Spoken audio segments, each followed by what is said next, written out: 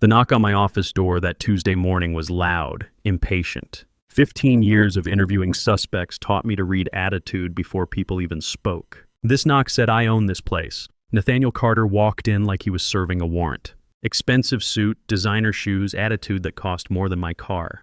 He didn't ask permission, didn't wait for invitation, just planted himself in front of my desk. Patterson, not detective, not mister, just my last name like I was some street punk he was booking. "We need to talk about your team's performance." I kept my voice level, professional. "Old habits. What specific concerns do you have?" He stayed standing. Classic intimidation move. I'd seen it from better criminals than this kid. "The Morrison team needs to go. They're dead weight." I glanced at my computer screen. Morrison's team had just closed our biggest Q3 deal, $4.2 million. Either this kid couldn't read financial reports, or this wasn't about performance. "Dead weight?" I asked. "They just landed our largest European contract." His jaw tightened. "I don't need to explain myself to you." Right there, I knew we had a problem. In financial crimes, that deflection meant the suspect was hiding something. But this wasn't some street criminal. This was the CEO's son. And I had a 17-year-old at home counting on me to keep this job stable until he figured out his future. "My name's Mike Patterson.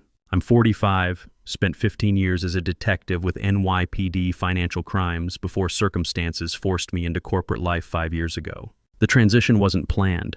My partner Tony got killed pursuing a suspect, and the department offered early retirement with full pension. Tommy was 12, still processing his mother leaving us 2 years earlier. I needed steady work, predictable hours, and a paycheck that wouldn't depend on whether some criminal decided to shoot back. Sterling and Associates wasn't my first choice. Hell, it wasn't even my third choice. But they needed someone who understood financial irregularities.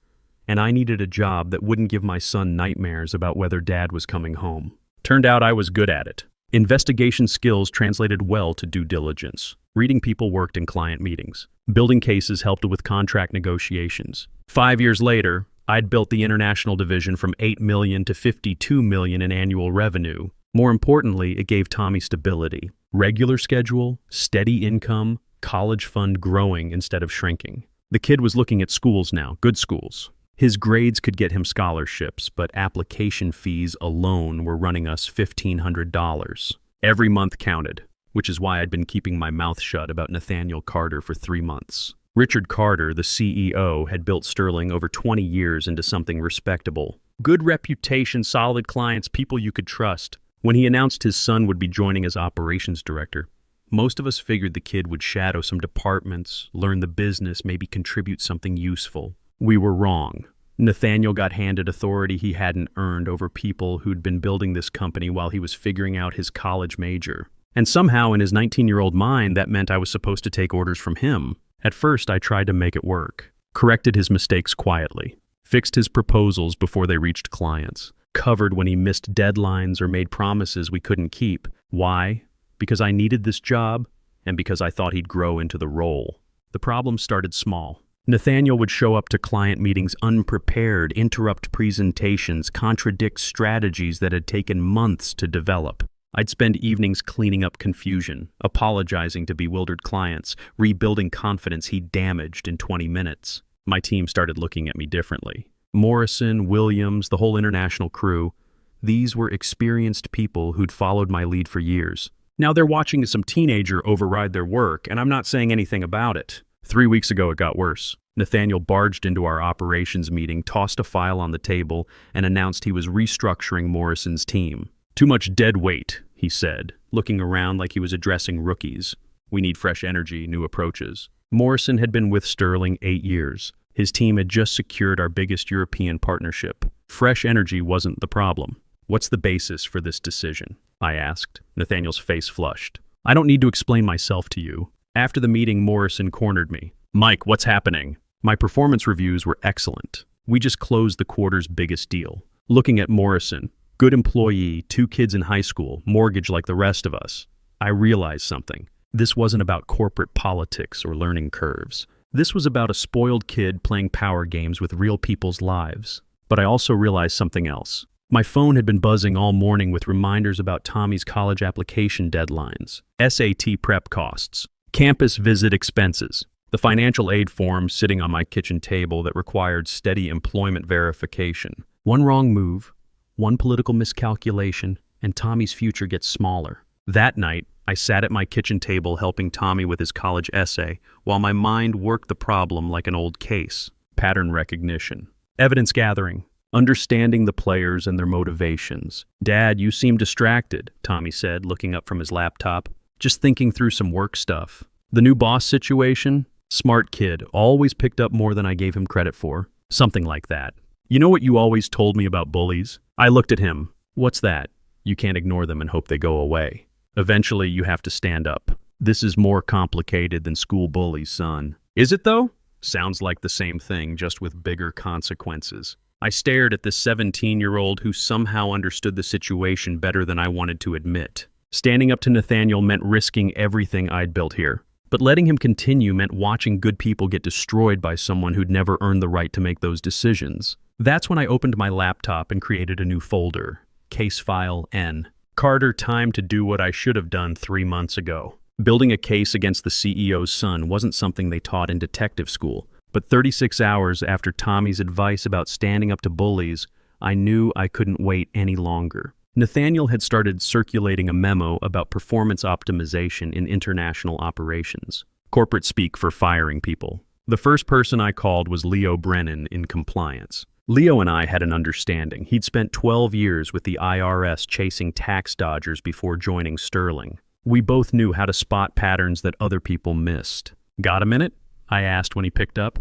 "For you, always. What's eating at you? Need a sanity check on something. Can you come by my office?" Leo showed up 20 minutes later, but instead of his usual easy smile, he looked troubled. "Mike, before you say anything, I need to tell you something. I've been documenting irregularities for weeks." That stopped me cold. "What kind of irregularities?" "The kind that keep me awake at night." He sat down heavily. "Nathaniel's been pushing department heads to adjust numbers, skip verification procedures, rush approvals that should take weeks of review." I pulled up my own file on the computer. "Like this?" Leo reviewed the emails I'd been collecting, his expression getting darker. "Mike, this isn't just poor judgment. This is systematic abuse of position. And if I don't report it, I could lose my license." "Why haven't you?" "Because I know what happens to compliance officers who blow the whistle on executive families." He met my eyes. "Same reason you've been keeping quiet, I'm guessing." We sat there for a moment, two middle-aged guys with careers to protect, looking at evidence neither of us could ignore. "Leo, what if we didn't report it alone?" "What do you mean?" "What if we built something bulletproof first? Something the board couldn't dismiss or cover up?" Leo considered this. "You're talking about a coordinated presentation, multiple departments, independent verification. I'm talking about doing this right, like a real investigation." "That's dangerous territory, Mike. If we're wrong, if this backfires, if we do nothing, how many good people lose their jobs? Morrison's got twin daughters heading to college. Williams just bought a house. These aren't numbers on a spreadsheet." Leo nodded slowly. "All right, but we do this by the book. Every piece of evidence documented, every claim verified. If we're going to take a shot at the king, we don't miss." My next call was to Sam Rodriguez in legal. Sam had been a prosecutor before joining Sterling, handled white-collar cases for the DA's office. But when I reached him, his response surprised me. "Mike, I can't be involved in this." "Why not?" "Because I've already been approached by Richard Carter about potential legal exposure from Nathaniel's decisions." I'm conflicted out. My stomach dropped. Richard knows he knows enough to be worried. Asked me to review several contracts Nathaniel modified without authorization. "Mike, some of these changes could void our liability protections." "How bad is it?" "Bad enough that I recommended he get outside counsel." "Look, I can't help you build a case against Nathaniel, but I can tell you this, document everything. If this goes to the board, they're going to want proof of specific damages, not just procedural violations." After Sam hung up, I sat staring at my phone. Richard knew his son was creating legal problems, but instead of stopping it, he was hiring lawyers to manage it. That told me everything about which way the wind was blowing. But I still needed an independent voice, someone outside the company who could verify the business impact. Patricia Wells from Eastbridge Global had always been straight with me. 3 years of partnership, $40 million in contracts, mutual respect built on delivering what we promised. If anyone would give me honest feedback about Nathaniel's impact, it was Patricia. When her assistant put me through, Patricia's first words were, "Mike, please tell me you're calling with good news." "Depends on your definition of good news. Can we speak frankly?" "Always. How's your confidence level with our current operations?" There was a long pause. "Are we talking about the Carter boy?" "You know about the situation?" Mike, he called me last week demanding we renegotiate payment terms that took 6 months to establish. When I explained our position, he suggested we might want to reconsider our partnership entirely. I felt the ground shift under me. He threatened to terminate our contract? Not in so many words. But the implication was clear. Play by his rules or find another vendor. Patricia, I need to ask you something important. Off the record. How much patience does Eastbridge have for this kind of instability? Honestly, we're already exploring alternatives. Mike, you've been an exceptional partner, but Eastbridge can't risk our reputation on amateur hour. If this continues past our next quarterly review, we'll have to make some difficult decisions. When's the quarterly review? 6 weeks.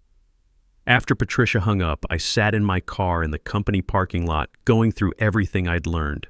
Leo had compliance violations but was scared to act alone. Sam was conflicted out but confirmed legal exposure. Patricia was actively looking for alternatives to our partnership.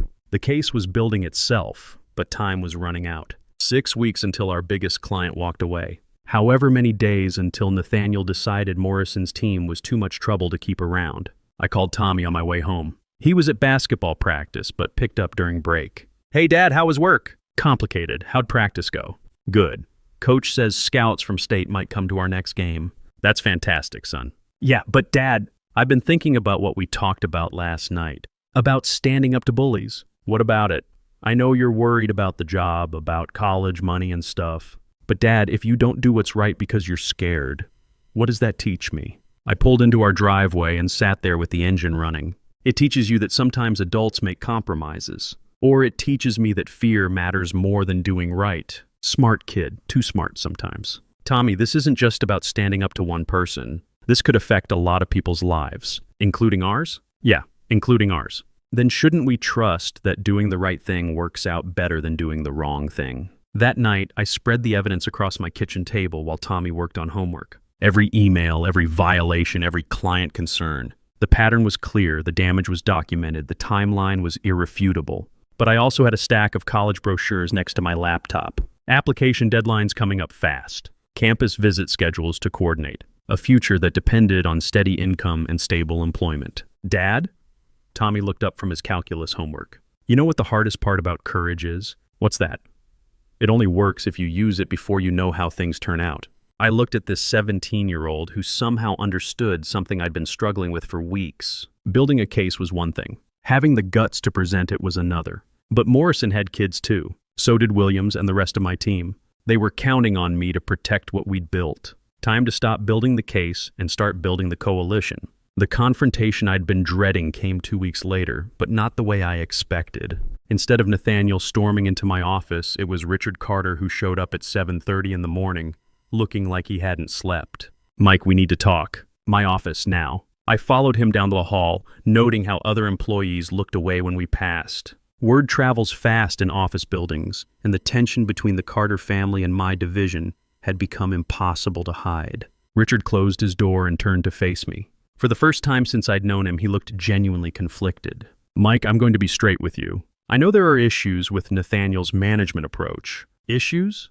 I kept my voice neutral. Richard, your son threatened to terminate our biggest client relationship because they wouldn't renegotiate terms that took 6 months to establish. Richard flinched. I've spoken to Patricia. She's concerned about continuity. She's concerned about working with amateurs. There's a difference. Look, I know Nathaniel needs coaching, but he's family, Mike, and he's the future of this company. What if the company doesn't have a future if this continues? Richard sat down heavily behind his desk. What do you want me to do? He's my son. I want you to remove him from operational authority until he's ready for it. Give him a development role, let him learn the business properly. I can't do that. Why not? Because... Richard paused, looking older than his 60 years. Because his mother thinks this company is his birthright. Because he's told his friends at college about his position. Because admitting I made a mistake means admitting I put family ahead of business judgment. For a moment, I saw Richard Carter not as the CEO, but as a father trapped between love for his son and responsibility to his company. It almost made me feel sorry for him. Almost. Richard, I've been documenting compliance violations for 2 months. Leo's been doing the same. We've got legal exposure that could trigger federal investigations. How do you think that's going to look to your board? Richard's face went pale. You've been building a case against my son? I've been protecting this company from decisions that could destroy it. Mike, I'm asking you, As someone who's been loyal to Sterling for 5 years, give me time to handle this internally. Family to family, father to son. I thought about Tommy's words. Courage only works if you use it before you know how things turn out. How much time? A month? Maybe 2. We don't have 2 months. Patricia's quarterly review is in 4 weeks. If Nathaniel's still making operational decisions, they're gone. 40 million in annual business, Richard. I understand the stakes. Do you? Because 3 other clients have expressed similar concerns. We're not talking about one contract. We're talking about the foundation of our international division. Richard stood up, paced to his window. What if I suspend you temporarily? Just to calm things down, show that I'm taking action. I stared at him. You want to suspend me for doing my job? It's not permanent, just until I can work things out with Nathaniel. And what happens to my team while I'm gone? What happens to client relationships I've spent years building? Nathaniel can handle the day-to-day operations. Richard, that's like putting an arsonist in charge of the fire department. His face hardened. That's my son you're talking about. And these are good people's livelihoods you're gambling with. We stood there for a long moment, 2 men on opposite sides of an impossible situation. Finally, Richard returned to his desk. Mike, I'm sorry, but I have to suspend you. Effective immediately. For what? Insubordination. Undermining executive authority. Creating a hostile work environment. I almost laughed. Creating a hostile work environment? Your son threatened to fire an entire team because they questioned his judgment. That's his version of events. Nathaniel says you've been sabotaging his initiatives, contradicting his decisions in front of clients. And you believe him? Richard couldn't meet my eyes. I have to support my family. I walked out of Richard's office knowing exactly what came next. But I was also realizing something important. I wasn't as alone as I thought. That afternoon, while I was clearing out my desk, Morrison approached me. Mike, this is wrong. Everyone knows it. It's politics, Morrison. Nothing you can do about it. Maybe not individually, but what if it wasn't individual? I looked up from packing my files. What do you mean? The team's been talking. Williams, Rodriguez, the whole international group. We're thinking about requesting a meeting with the board ourselves. Morrison, that's career suicide. Is it? Or is watching you get thrown under the bus for protecting us career suicide? Before I could respond, Leo appeared in my doorway. Mike, we need to talk. Privately. We walked to the parking garage where Leo handed me a manila envelope. What's this? My resignation letter. Effective end of business today. Leo, you can't quit. You've got 3 years until retirement. I can't stay and watch what's happening here. Mike, I've been a compliance officer for 15 years. I've never seen violations this systematic get ignored by senior leadership. So what are you going to do? Same thing you should do. File an independent report with the board. Tonight, Leo, they'll destroy us. They're already destroying us. Richard just suspended the best division head in the company to protect his son's feelings. How much worse can it get? That evening, I sat at my kitchen table with 2 envelopes. One contained my resignation letter. The other contained everything. 2 months of documentation, compliance violations, client concerns, legal exposure assessments. Tommy was doing homework across from me, occasionally glancing at the paperwork. Dad, can I ask you something? Sure. Are you going to quit? I'm thinking about it. What would Mom say? I looked at my son, surprised by the question. What do you think she'd say? She'd say you never backed down from anything important when you were a cop. And she'd ask why you're starting now. This is different, Tommy. More complicated. Is it? You told me once that being a detective meant protecting people who couldn't protect themselves. Isn't that what you're doing now? Before I could answer, my phone rang. Patricia Wells. Mike, I just heard about your suspension. This is unacceptable. Patricia, I appreciate the support, but there's nothing you can do. Actually, there is. I've scheduled a call with Richard tomorrow morning. Eastbridge is formally requesting your reinstatement as a condition of contract renewal. That's going to make things worse for everyone. Mike, do you think we're the only client who feels this way? Harrison Industries called me this afternoon. So did Nordic Partners. We're all seeing the same problems. After she hung up, I looked at Tommy. Sometimes doing the right thing gets complicated. Dad, remember what you used to tell me when I was scared about something? What's that?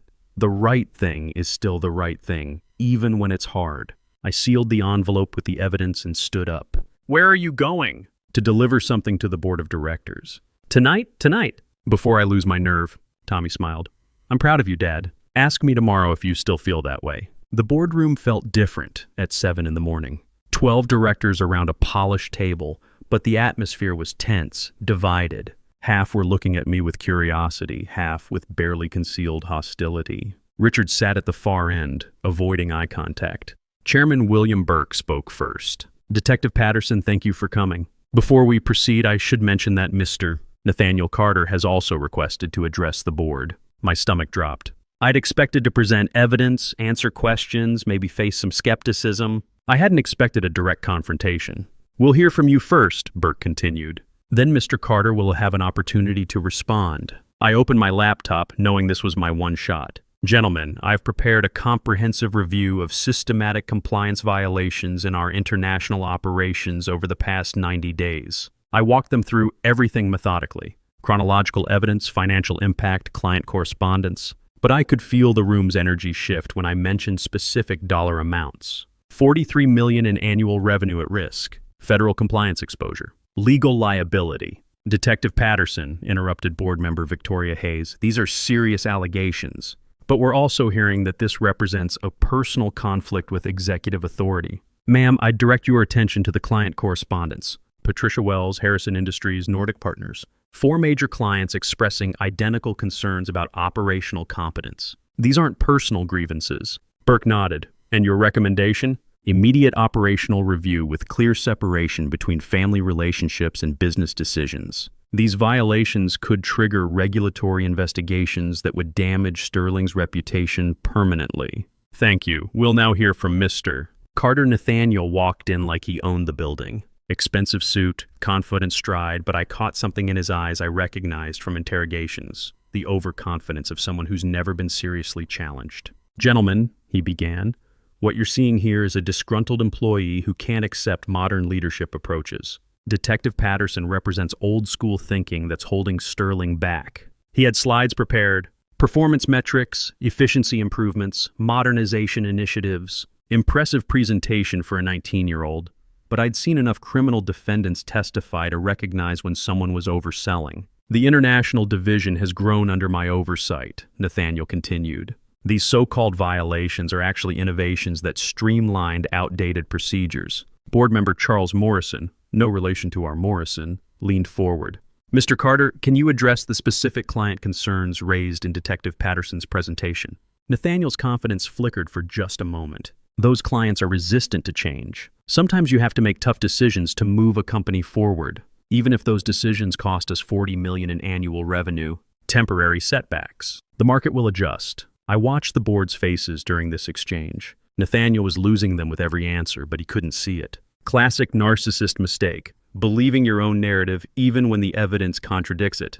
Burke called for a brief recess. The board filed out, leaving Nathaniel and me alone in the room. You think you're pretty smart, he said, dropping the professional facade. But you have no idea who you're dealing with. My family built this company. Your father built this company. You're just trying to inherit it. Same thing. No, it's not. Your father earned respect through competence. You're demanding it through entitlement. His face flushed. When this is over, you'll never work in this industry again. Maybe, but at least I'll be able to look at myself in the mirror. When the board returned, Burke's expression was unreadable. After deliberation, we've reached several decisions. First, Mr. Nathaniel Carter's resignation has been accepted, effective immediately. Nathaniel's face went white. What? You can't do this. Second, Mr. Richard Carter will take a 90-day leave of absence while we conduct a full operational review. I glanced at Richard. He looked devastated but unsurprised. Third, Detective Patterson, we're offering you the position of Executive Vice President of International Operations, with full authority to restructure and rebuild client relationships. The room spun slightly. Executive Vice President? Effective immediately, with a mandate to implement new governance protocols preventing future violations. Nathaniel stood up abruptly. This is ridiculous. You're destroying this company over some paperwork technicalities. Burke's voice turned cold. Mr. Carter, we're protecting this company from decisions that could have triggered federal investigations. Security will escort you out. After Nathaniel left, Burke turned to me. Detective, we have conditions. Full operational independence, but monthly board reviews for the first year. Can you accept that? Yes, sir. Then welcome to the executive team. That afternoon, I called Tommy from my new office. Bigger, better view, but somehow the victory felt smaller than I'd expected. Dad, that's incredible. Executive Vice President? Tommy, I need to tell you something. This isn't going to be easy. We made some powerful enemies today, but you did the right thing. Yeah, but doing the right thing doesn't guarantee everything works out perfectly. Dad, remember what you told me about being a detective? Sometimes you catch the criminal, but you can't undo all the damage they caused. Smart kid, what's your point? Maybe success isn't about perfect endings. Maybe it's about stopping the damage before it gets worse. 3 months later, Patricia Wells flew in from London to sign our contract extension. We were sitting in my office, finalizing terms that would keep Eastbridge with Sterling for another 3 years. Mike, can I ask you something personal? Sure, was it worth it? The risk, the uncertainty, the potential cost to your family? I thought about that. Richard had returned from his leave of absence as chairman emeritus, diminished but not destroyed. Nathaniel was somewhere in Singapore, learning international markets under strict supervision. The company was stabilizing, but trust took time to rebuild. Ask me in a year, I said. But I can tell you this. My son learned something important about standing up for what matters. That might be worth more than any promotion. Patricia smiled. And the rest of your team? Morrison's daughters both got into college. Williams closed his biggest deal last month. Leo came back as chief compliance officer with expanded authority. So the good guys won? The good guys survived. In corporate life, sometimes that's the same thing. That evening, I helped Tommy with his college applications. Scholarship offers were coming in, his grades were solid, and for the first time in months, I wasn't worried about paying for his future. Dad, you know what the best part of this whole thing is? What's that? You didn't just tell me about doing the right thing. You showed me what it costs and why it's worth it anyway. I looked at this kid who'd somehow become wiser than his father and realized something important. Success wasn't about perfect endings or easy victories. It was about building something worth protecting and having the courage to protect it when the time came. Sometimes that's enough.